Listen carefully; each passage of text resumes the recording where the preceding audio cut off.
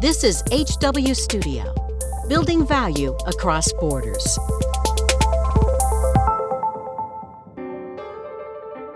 Hello everybody, we are here again with HW Studio. I'm Rodrigo Rodrigues and I'm here today with Leonardo Freitas. Nice to be here. You all know him, of course. And we are here today to talk about EB2 visas.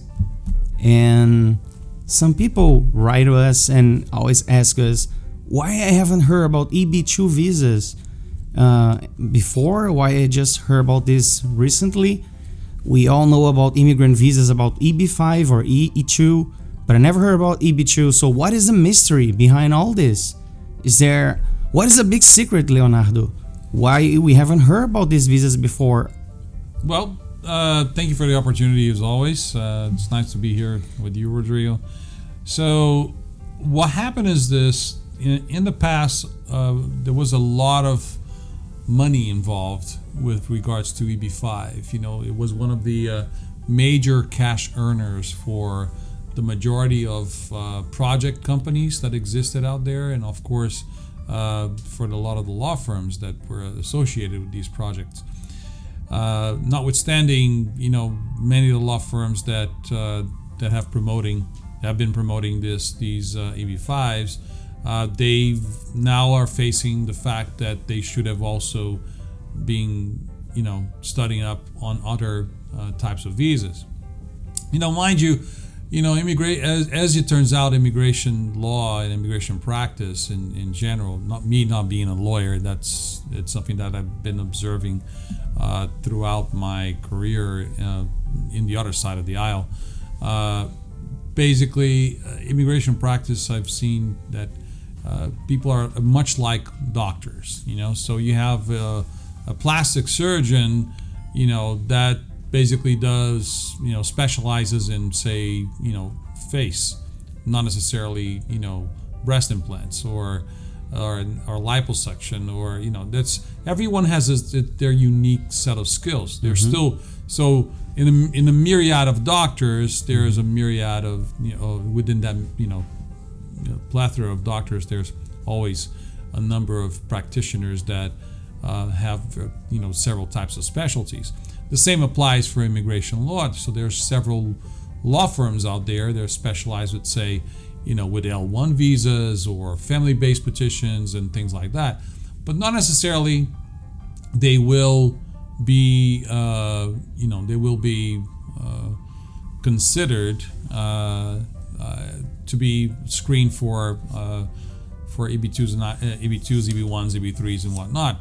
So, having said all that, you know, people didn't know about the national interest waiver, or the EB2, the second preference over the employment base, because it was not being pushed out, because it was more lucrative to go for an EB5 for the law firms as well as for the project companies. And a lot of these project companies are good, but there are some that are really associated with a lot of fraud activity, and it gave a lot of bad rap, both to, you know, to the actual EB5 program, but also to the law firms they were associated with. Right. And do you think that now, with the recent announcement of the USCIS, the raise in the amount of money charged for the EB5, do you think it's most likely people will know more about EB2, EB1? For sure. I think there is a lot to be said with regards to the recent changes. You know, when you talk about a big jump, and mind you, there hasn't been a jump since the 90s, right? Since there was the inception of the EB5 program, so in the early 90s. So there hasn't been a jump in the actual investment level since then. So we're now talking about a substantial increase from 500,000 for TEA areas and to 900,000 and non-TEA areas for 1.8 million. So that's a substantial increase when it comes out. So and then a lot of people out there do not have that kind of cash laying around. I mean, yes, you know, we see a huge movement from that coming from China, Chinese nationals coming in to do the investment. But that's why with that kind of outlook, usually you see the regression and the visa bulletin for the availability for these types of visas. So, and with the first and second and third preferences being now obviously more sought out, people are smarting up, especially with the information that's available out there. People, the consumers, the clients, and the prospective immigrants are getting more refined. Yeah, I imagine that lots of your clients, when they first approach you, they come and ask for EB5, because that's what they heard. Right. And probably most of them, or I would say like 100% of them, you convince them to, instead of doing EB5, why you waste time and all the amount of money to do EB5? You could do EB2. Is that something that you easily convince your clients to do? So just for the record, the clients belong to the lawyer, right? So so there's a non-lawyer as a company. Yeah. So as the clients belong to the law firm, and the convincing argument comes from the attorney. Whether or not the person is eligible or not. And my role basically as an administrator, but I do lend my experience to the attorneys in helping them devise a strategy for a specific case. If they solicit my help, they elicit my help, I'm happy to give it to them.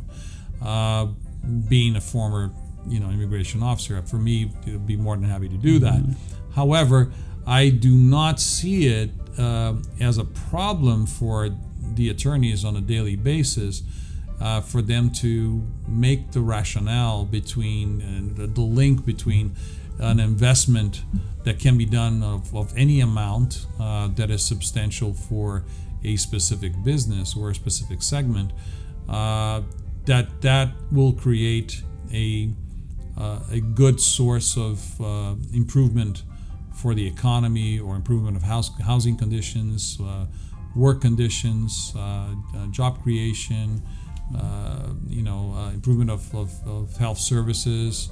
One of the many areas of the national interest that can be analyzed, and that on itself can be an argument that can be done for the rationale of a case. And I see that people are much more inclined to go as the EB2 national interest waiver entrepreneurial route as opposed to, say, an EB5.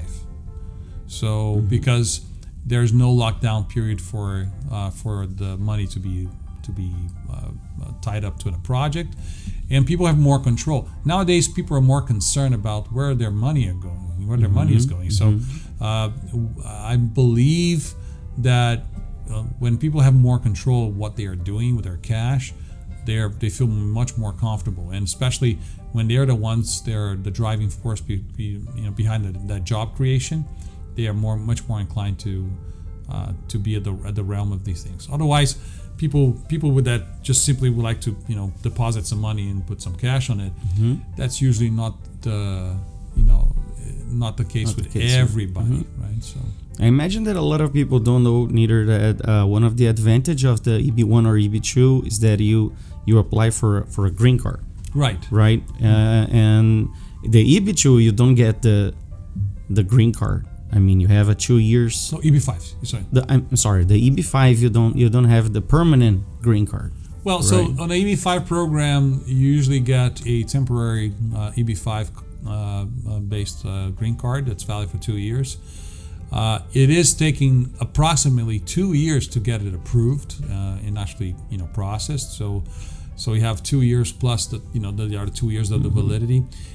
So about 90 days prior to the expiration of the green card based on the EB5 program, you have to remove the conditions of the green card based on that investment. So if it is the $500,000 one, so you will very likely need to see if the program that you invested on is actually coming to fruition. If there's no issues, then you'll be able to remove the conditions out of that EB5 program. If it is the $1 million, now 1.8 million route on an investment into any business, then you have to prove that business is actually working. Then you actually have developed that business, and things have created the 10 permanent jobs by your investment. And a recent hit that's gone unnoticed throughout the whole EB5 program is that I'd say about 10 months ago, they've announced that the room occupancy model for hotels was no longer going to be accepted. So as a model for job creation. So a lot of people were caught by surprise on that one. There were some denials on EB5 after that, based on that the wrong methodology for addressing the accountability of these job creations. So that was a problem that it's gone unnoticed and underreported out in the media. Yeah. So that was something. But I think the EB5, back to your question, the EB5 green card, it's a long route until you get your citizenship, as opposed to the first three preferences of the employment-based scenario, EB1, EB2, and EB3. Very likely, once approved, you get a permanent one, which is a 10-year validity on your card, which is renewable every 10 years, and within 5 years you can apply for your citizenship. So it's a much easier and cleaner route than everything else. So yeah, and in the long run, we're talking about citizenship, right? Which is the idea the ultimate goal. Yeah, a lot of people say, I don't want to be. We hear this all the time. I'm not sure if I want to become a U.S. citizen and blah blah. But once you're here, once you taste America, it's kind of hard for you to let this go. It's an addiction. Yeah, it's quite addictive. It's one of the. I would say it's the. I tell my friends, abroad that it's the drug of choice, So because it is undoubtedly a very inebriating drug. America, I won't call it a drug because it's the country I love. It's the country that adopted me, and it's gone. It made me the person that I am today. But I say it is definitely much better than a lot of the alternatives out there. I mean, we do promote immigration to other countries, from other countries, but by far, when people realize that they're eligible to come to the United States, they tend to drop their aspirations to going to other countries, say Canada, UK, or Australia, even first world countries, and they prefer to come to the U.S. If there's a way for them to be here legally and we go to these seminars around the world, China, Dubai, Brazil, and everywhere, and we say, people say, I want to go to Canada. So, what did you know you are also eligible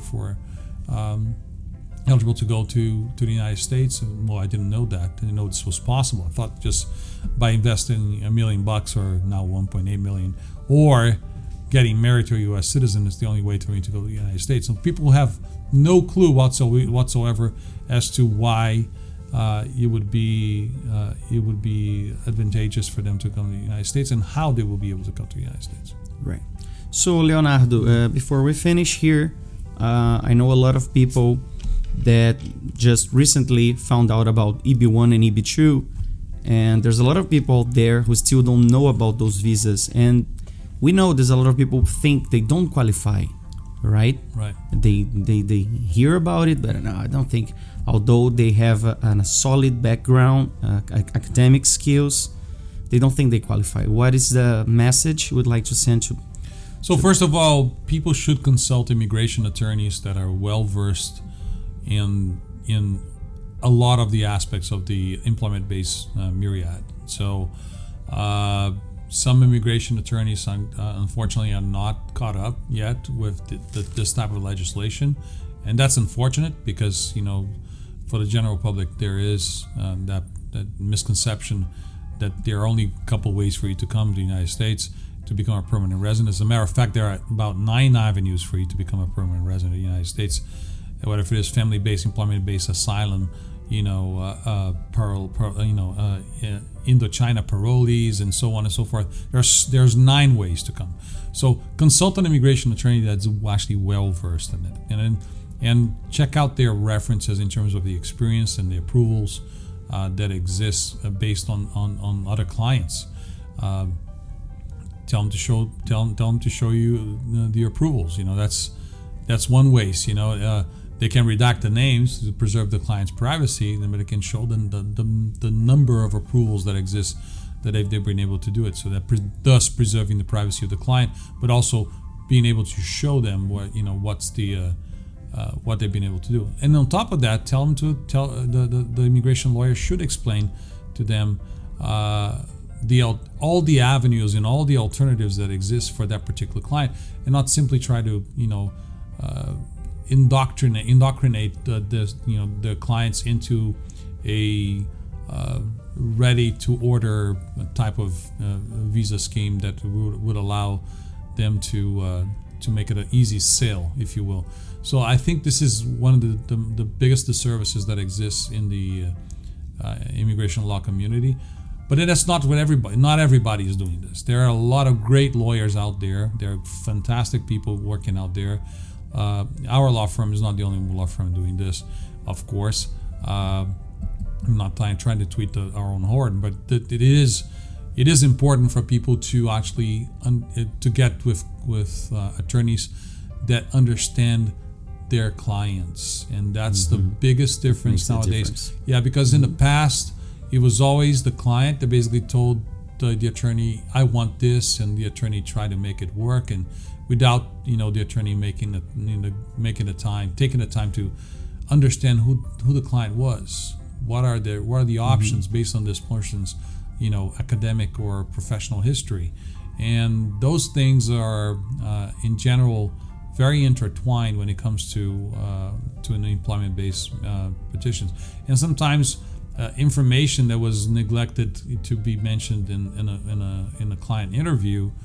As it turns out, the person could have been eligible because they didn't know that they could have been eligible for U.S. citizenship right off the bat. And I have a case that was that came to this office that the office worked on, which was this person came to the United States, was on a tourist visa, and visited the office and did a consultation with the attorney. Attorney went and discussed a little bit the situation with this person with me, and then I said, but did you ask them about the grandparents and the parents and whatnot? It turns out that the grandparents were U.S. citizens, and the mother is a U.S. citizen, still alive, but they tried to apply for U.S. citizenship abroad, and the consulate had denied them. And that was there was a blow they'd had, for many years. They thought they would never qualify it, and then the attorney submitted an N-600 on his behalf. And as it turned out, he was eligible, and he went from a tourist visa to U.S. citizenship in less than 1 year. Wow. So, and that made a whole difference because he was considered a U.S. citizen at birth, which made him eligible for, to pass on citizenship to his children, and it completely changed the entire scenario and the narrative of this person's life. So there, the moral of the story is, if you don't know your client, you cannot service them well. So that's the major aspect that we see out there. So nowadays, I think people are improving their services because they are seeing that they need to get caught up. There's a lot of movement in terms of study and continued education for the attorneys.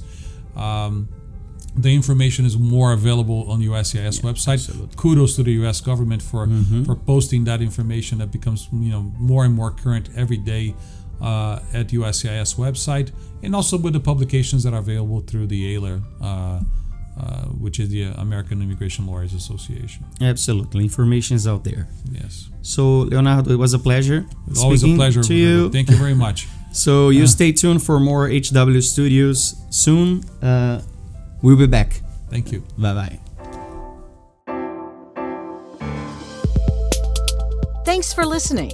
This is HW Studio, building value across borders.